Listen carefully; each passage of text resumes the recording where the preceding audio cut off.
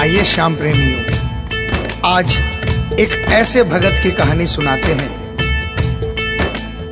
जो अपने व्यापार में इतना लीन था कि उसे दिन दुनिया की कोई खबर नहीं थी। उसे सिर्फ पैसा पैसा और सिर्फ पैसे के बारे में चिंता थी। उसके घर वाले, उसके परिवार वाले सारे परेशान थे कि सेठ कभी कहीं नहीं जाता, सुबह से लेकर रात तक हर समय पैसे में ही लिपटा रहता है।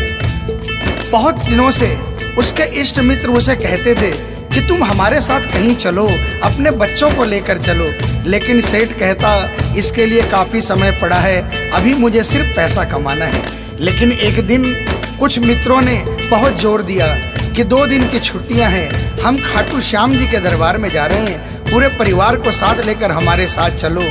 और सेठ उनको ये बात मना नहीं कर पाया और बिना मन के वो उन परिवार वालों और इष्ट मित्रों के साथ खाटू के लिए रवाना हो गया। रास्ते भर वो अपने व्यापार की बातें करता रहा। उसे खाटू जाने की जरा भी इच्छा नहीं थी। लेकिन जब खाटू पहुंचा और बाबा श्याम के मंदिर में पहुंचा और जब बाबा से नजरें मिली, उसके होश उड़ गए। सेठ के परिवार वाले सारे दर्शन करके बाहर आ गए। वो सिर्फ 1 मिनट के लिए मंदिर में आया, लेकिन घंटों तक बाबा के दरबार में खड़ा रह गया। उसको होश नहीं रहा और वो बाबा की तरफ देखकर आंखें बंद करके आंसुओं की धार बहती रही और वो बाबा से मन ही मन बातें करता रहा। जब परिवार वालों ने उसे कहा कि अब चलना है, तो सेठ ने बाबा से कहा, प्रभु मुझे अब हर महीने 11 को अपने दरबार में बुलाओ। और ये कह करके वो बाबा के दरबार से वापस अपने घर को आ गया। 15 दिन बाद 11 आई। सेठ बहुत से लोगों को लेकर अपने साथ बाबा के दरबार में गया। ऐसे हर 11 को वो खाटू जाने लगे। लेकिन एक दिन जैसे ही वो सुबह 11 को घर से निकलने लगा, मुनीम ने कहा, सेठ जी कहाँ जा रहे हो? सेठ ने कहा, अरे मुनीम तुझे पता नहीं, आज 11 है, मुझे खाटू धाम जाना है। मुनीम ने कहा, सेठ जी आपको पता नहीं, आज बाहर के कुछ व्यापारी आने वाले हैं, लाखों का सौदा होने वाला है और वो व्यापारी आज रात को वापस इंडिया के बाहर चले जाएंगे। आपके पास तो मौका है, आप 11 की जगह मावस को खाटू चले जाना। सेठ के मन में ये आया कि हाँ, इसमें क्या फर्क पड़ता है, आज यहाँ व्यापार कर लेता हूँ, सौदा कर लेता हूँ, मैं खाटू मावस को चला जाऊँगा। और सेठ उस दिन खाटू नहीं जा पाया। 11 निकल गई, मावस आई, मावस को फिर कोई व्यापारी आ गया, उसके बाद फिर पूर्णिमा आई, फिर कोई व्यापारी आ गया और इसी तरह सेठ व्यापार में फिर उलझ गया। एक दिन रात को सेठ सोया तो उसके नींदों में उसे ऐसा आभास हुआ कि उसे कोई आवाज आ रही है और उसने बड़े ध्यान से सुना। उसे लगा खाटू वाले श्याम बाबा उसे कह रहे हैं, वाह रे सेठ, मैंने तो सोचा था कि मेरे दरबार में कोई बहुत बड़ा भूला भटका भगत आया है, लेकिन मुझे क्या पता था कि कोई भगत नहीं, एक सौदागर आया है और मुझसे सौदा करके चला गया। आज तू अपने घर में अपने व्यापार में खूब खुश है, तू वहीं पर खुश रहे। और ऐसा कहकर वो आवाज बंद हो गई। सेठ की आंखें खुली, उसके मन में ग्लानि हो गई। उसने सोचा कि मैं आज ही खाटू धाम जाऊंगा और वो जैसे ही खाटू के लिए निकला, रास्ते में एक्सीडेंट हो गया।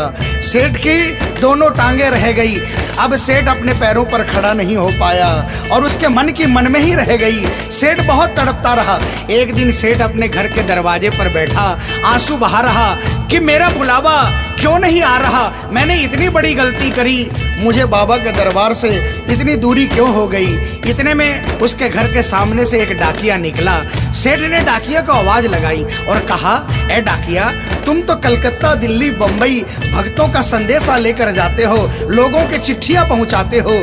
आज मेरी एक चिट्ठी, मेरा एक संदेशा मेरे खाटू वाले श्याम बाबा के दरबार में क्या पहुंचा दोगे? डाकिया ने कहा, सेठ मैं तो आजकल खाली रहता हूँ, जब से इंटरनेट का जमाना आया है लोग ईमेल पर ही चैटिंग कर लेते हैं, बताओ तुम्हारा क्या संदेशा है और कहाँ पहुँचाना है। और ऐसे डाकिया ने सेठ से कहा और सेठ ने डाकिया से कहा।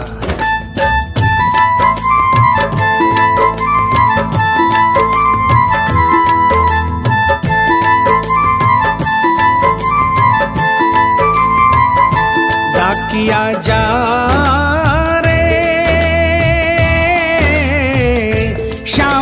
संदेशो दीजे, शाम न जाए तो कह दीजे, भगत थार दर्शन न तरसे।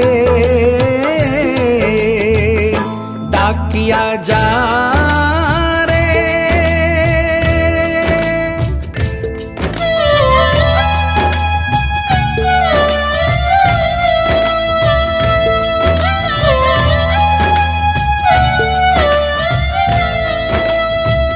डाकिया ने कहा, सेठ आपका संदेशा तो मैं पहुंचा दूंगा, लेकिन मुझे ये तो बताओ कि आपका संदेशा पहुंचाना क्या है, जहां मुझे संदेशा पहुंचाना है वहां का ठिकाना क्या है। और डाकिया ने कहा,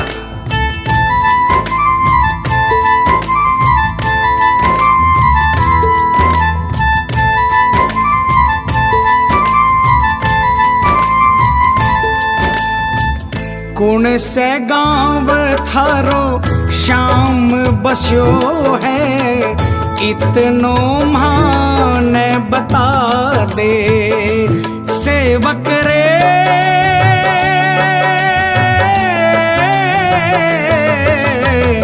घर तेरे पास है कोई निशानी, माने तू दिखला दे। कैया जानूंगा पहचान, मैं हूँ छोरो अनजान। कैया जानूंगा पहचान, मैं हूँ छोरो अनजान। कैया शाम शु होसी मिलन, डाकिया जा रे।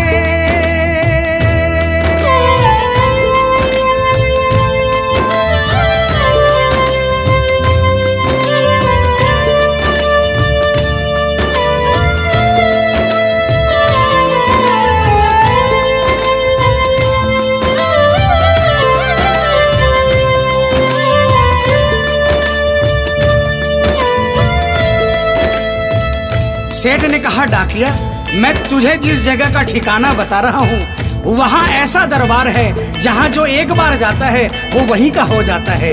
उस दरबार की खासियत है जो वहाँ पर पहली बार जाता है उसके काम बन जाते हैं। सुन वहाँ का ठिकाना क्या है।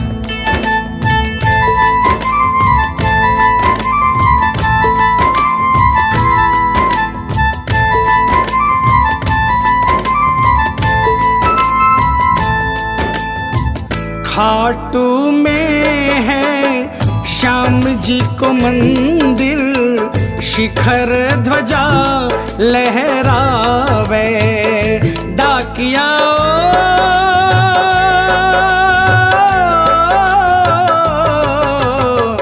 जोड़ी पर हनुमान बिराजे, सेवक चंवर ढुलावे। बाके नौबत बाजे द्वार, गूंजे हरदम जय जयकार। बाके नौबत बाजे द्वार, गूंजे हरदम जय जयकार। सज धज बैठो है श्याम सजन, डाकिया जा रे।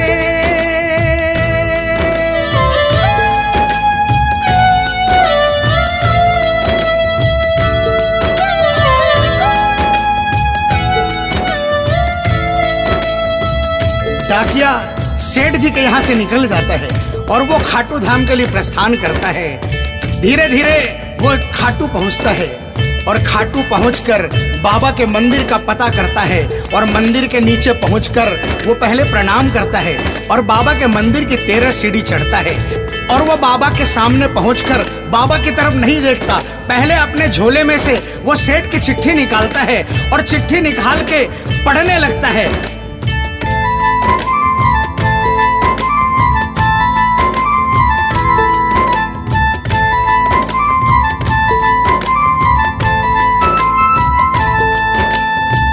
पहुँच गयो दरबार श्याम के, बोलन लाग्यो संदेशो। बाबा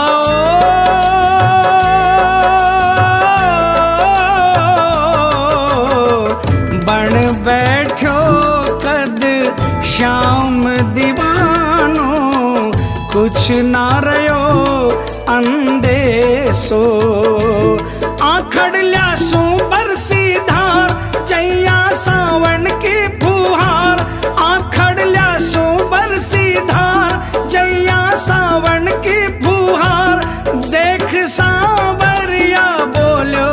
प्रिय वचन डाकिया जा रे।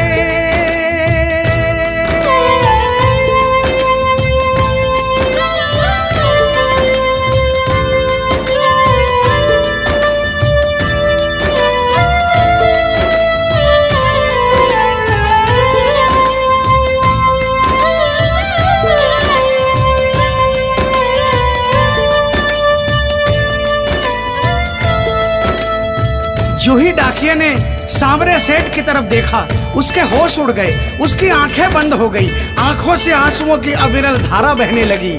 उसको ऐसा महसूस हुआ सपने में जैसे कि कोई श्याम प्रभु सिंहासन से उतर कर आ गए। उससे अपने गले से लगा लिया और डाकिया से कहा, कैसे हो डाकिया? डाकिया प्रभु के चरणों में गिर गया, कहा, प्रभु आज मैं धन्य हो गया, इतने वर्षों तक आपके दरबार नहीं पहुंचा, आज सेठ जी के कारण मैं आपके दरबार में पहुंच गया। अब मुझ पर इतनी कृपा कर दो, मुझे अपनी शरण में रख लो। लेकिन बाबा ने कहा, नहीं बेटा, मैं तुझे अपनी शरण में रखूंगा, लेकिन अभी तुझे मेरा एक छोटा सा काम करना है। जिस सेठ ने तुझे ये संदेशा देकर भेजा है, अगर उसके पास मेरा जवाब नहीं गया तो वहां जीते जी मर जाएगा। तू मेरा एक छोटा सा काम कर दे, वापसी संदेशा तू उस सेठ को जाकर दे दे। और बाबा ने कहा,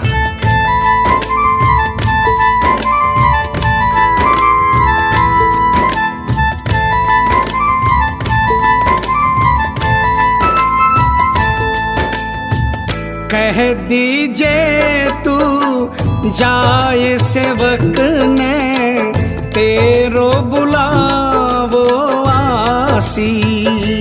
सेवक रे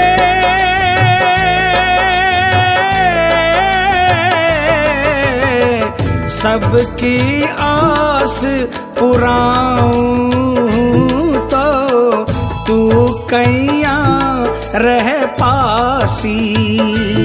तेरी सारी जानू बात पूरी करशू मन की आस, तेरी सारी जानू बात पूरी करशू मन की आस।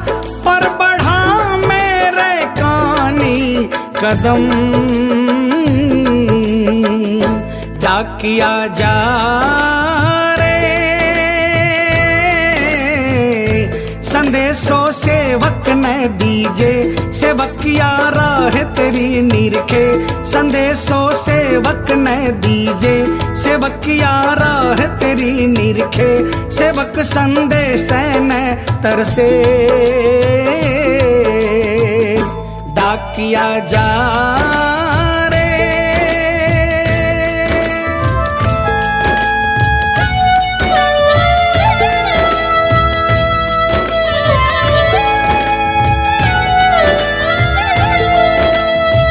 डाकिया श्याम प्रभु के चरणों में प्रणाम करके वापस निकलता है और वो आधी रात को ही सेठ के शहर में आ जाता है।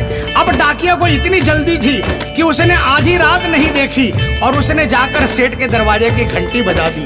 उस दिन सेठ के घर में कोई नहीं था, सेठ अकेला अपने बिस्तर पर पड़ा था। जैसे ही घंटी की आवाज आई उसको लगा कि बाबा का संदेशा आ गया, लेकिन सेठ मजबूर था। वो उठना चाहा लेकिन उठ नहीं पा रहा था। लेकिन अचानक उसने जोरदार जयकार लगाई, हारे के सहारे की। और जैसे ही आवाज आई सेठ के घर में करिश्मा हो गया। सेठ अपने पांव पर खड़ा हो गया, दौड़ कर गया और उसने जाकर दरवाजा खोला। सामने देखा डाकिया खड़ा है। सेठ डाकिया के चरणों में गिर गया और कहने लगा, डाकिया जल्दी बताओ मेरे बाबा ने क्या संदेशा भिजवाया है। और डाकिया ने चिट्ठी निकाली और बाबा के भगत की चिट्ठी का संदेशा निकालकर सेठ के हाथों में थमा दिया। सेठ ने जैसे ही चिट्ठी देखी वो झूम झूम कर नाच नाच कर गाने लगा, आ आ आ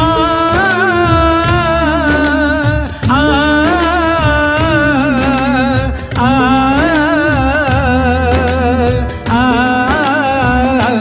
चिट्ठी आई है, चिट्ठी आई है, चिट्ठी आई है, चिट्ठी आई है, चिट्ठी आई है, खाटू से चिट्ठी आई है।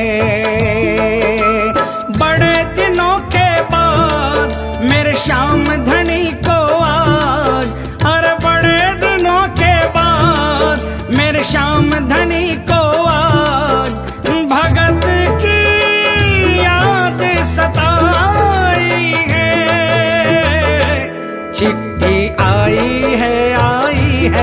चिट्ठी आई है, ओ चिट्ठी आई है, चिट्ठी आई है। सेठ ने वो चिट्ठी वापस डाकिये को थमा दी और कहा, डाकिया आप तो स्वयं बाबा से मिलकर आए हो, इसलिए बाबा का संदेशा अपने मुखारबिंद से मुझे सुनाओ।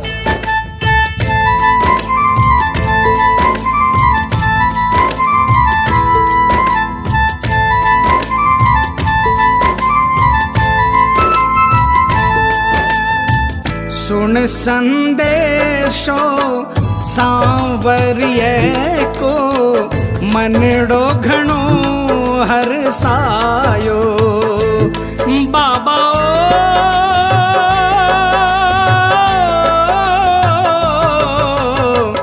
बंध गया पाँव में घूघरिया सा, मन को मोरियो गायो। श्याम बड़ो दिलदार, हो जाओ लेवन ने तैयार। मारो श्याम बड़ो दिलदार, हो जाओ लेवन ने तैयार। महिमा गावे है कमल किशन, क्या किया जा। आप सभी श्याम प्रेमियों से जो कभी खाटू नहीं गए, जिन्होंने बाबा का नाम सुना है और जिन्होंने नहीं सुना, उन सबसे निवेदन, जो कभी खाटू नहीं गए वो एक बार हमारे बाबा श्याम के दरबार में पहुंचिए। ये वो दरबार है जहां हारे हुए को जीत मिलती है, जहां लोग हार कर आते हैं लेकिन हार कर वापस नहीं जाते, जहां हर हारे का सहारा होता है, चाहे कैसा भी कोई क्यों ना आता हो। बाबा श्याम हर आने वाले को गले लगाता है, उसको काम पूर्ण करता है और उसे खुशहाल करके अपने घर को भेजता है। बोल खाटू नरेश की, बोल हारे के सहारे की।